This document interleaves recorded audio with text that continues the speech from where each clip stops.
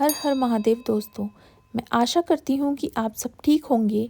आज मैं आपको बताने जा रही हूँ एक ऐसे व्रत के बारे में जो पितरों को तृप्त करता है, गरीबी को दूर करता है और भगवान विष्णु की सीधी कृपा दिलाता है। आज हम बात करेंगे 14 जनवरी को आने वाली तिल एकादशी की।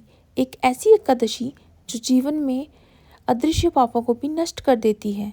वीडियो को अंत तक ज़रूर देखिए, क्योंकि अंत में मैं आपको बताऊंगी एक ऐसा रहस्य जिसके जानकर आप इस एकादशी का पूरा फल पा सकेंगे। तिल एकादशी माघ मास के कृष्ण पक्ष में आती है। शास्त्रों में कहा गया है, तिल जितना छोटा है लेकिन उसका पुण्य उतना ही विशाल होता है। इस दिन तिल से किया गया दान, तिल से किया गया स्नान, तिल से किया गया पूजन हजारों अश्वमेध यज्ञों के समान फल देता है।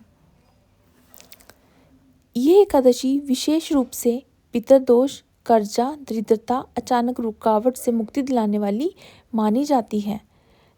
इस दिन हमें सुबह ब्रह्म मुहूर्त में उठना चाहिए, मन में भगवान विष्णु का स्मरण करना चाहिए, तिल मिले जल से स्नान करें, पीले वस्त्र धारण करें, भगवान विष्णु और माता लक्ष्मी की पूजा करें, दीपक के तिल का तेल प्रयोग करें, ओम नमो भगवते वासुदेव मंत्र का 108 बार जाप करें, दिन भर फलाहार या निर्जला व्रत रखें, शाम को तिल, गुड़, वस्त्र और अन्न का दान करें। अब मैं आपको तिल एकादशी की व्रत कथा सुनाने जा रही हूँ, तो कृपया करके इस कथा को ध्यान से सुनिए।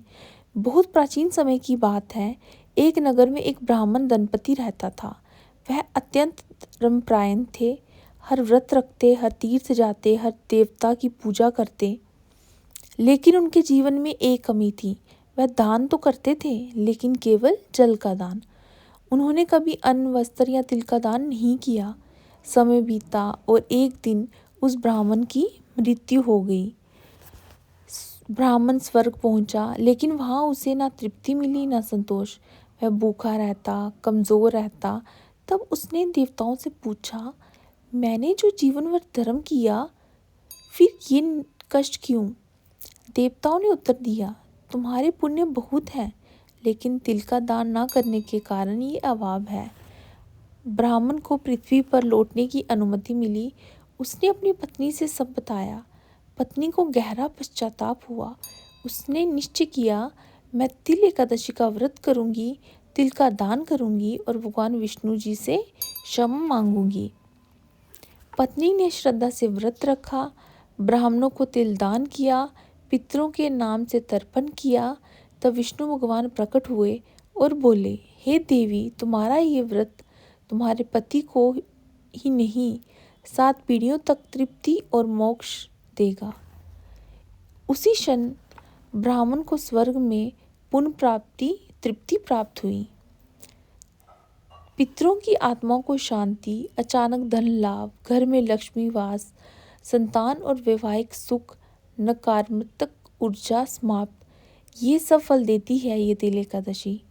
इस दिन हमें भूलकर भी चावल का सेवन नहीं करना चाहिए, झूठ और कूट वचन नहीं बोलने चाहिए, क्रोध और अहंकार नहीं करना चाहिए, दान का दिखावा बिल्कुल भी नहीं करना चाहिए। अब मैं आपको एक ऐसा गुप्त उपाय बताने जा रही हूँ जिसको करने से आपको 100 गुना ज़्यादा फल मिलेगा। अगर आप चाहते हैं कि तिल एकादशी का फल 100 गुना बढ़ जाए, तो एक मुट्ठी काले तिल, एक दीपक और भगवान विष्णु का नाम, बस इतना ही काफ़ी है। प्रिय भक्तों, तिल एकादशी केवल एक व्रत ही नहीं, ये पितरों से जुड़ने का सेतु है। अगर आप चाहते हैं कि आपके घर से दुख, कर्जा और बाधाएं दूर हो जाएं, तो इस एकादशी को कभी ना छोड़ें। वीडियो अच्छी लगी हो तो लाइक करें, शेयर करें, चैनल को सब्सक्राइब करें। जय श्री विष्णु, हरि ओम। धन्यवाद दोस्तों।